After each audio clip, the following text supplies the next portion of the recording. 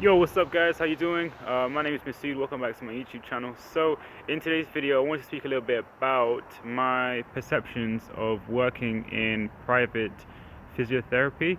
So far I've worked with a private company for about a week now, and I just wanted to talk a little bit about my experiences of the type of patients I've seen and the types of treatments that I've provided. So so the majority of patients that I've seen have been all medical legal, so people who've had an accident, majority road traffic accidents, and come in looking to for support or treatment for their injuries for following an accident.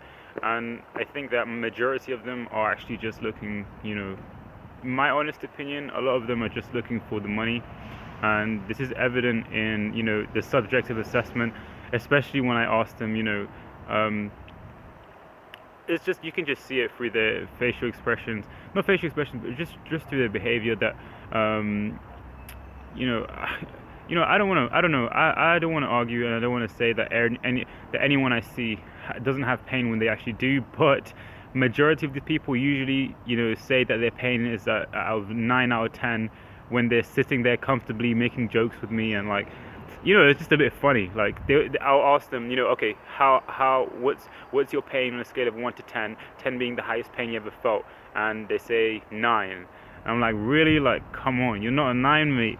um, yeah. Second thing I found is that it's a little bit different, the private setting, compared to NHS and compared to the placements that I completed. So in the NHS, it's a little bit more hands off, and people, or you are encouraged to give out exercises, and in the hope that you can empower the patient to self-manage their condition by themselves. And this goes with the NHS 5-year forward plan, which which encourages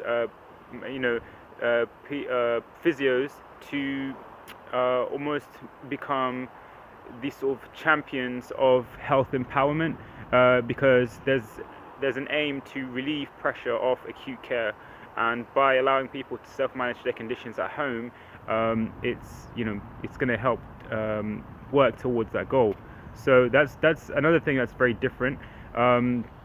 In the private setting, it's a little bit more manual therapy, and at least I found that in the past week I've been doing a lot of mobilizations, and people have asked for things like deep tissue soft massage.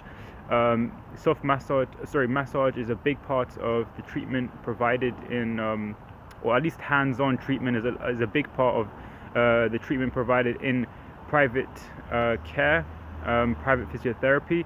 And I think that's one of the biggest discrepancies between the NHS and the private settings.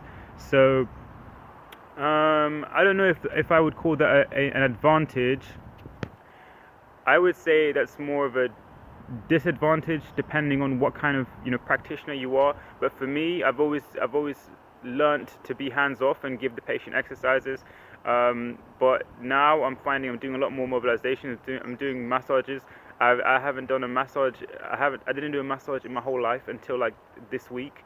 So it was very, very interesting. And I felt a little bit of ache in my thumbs. So be prepared for that if you do decide to venture out into the private world. Yeah. Also, I found that some private patients can be a little bit demanding, because I guess some of them are paying money, and so they're expecting to get their money's worth. So I mean, that's very natural. So yeah, just be aware of that. And yeah. So very briefly, this is what I wanted to share with you guys today. Just my opinion on working within the private setting. It's only been a week. My perceptions and my views could change. Hopefully, they hopefully I stick to my guns, and hopefully it changes for the better. I'd love to be proven wrong in my experiences, but for now, this is how, or what I've experienced in the past week of working for a private company as a physio. So yeah, I hope you took something from this, and it gives you a little bit more awareness about what to expect when you work in the private setting as a physiotherapist in the UK. So I'll catch you guys later. Take care.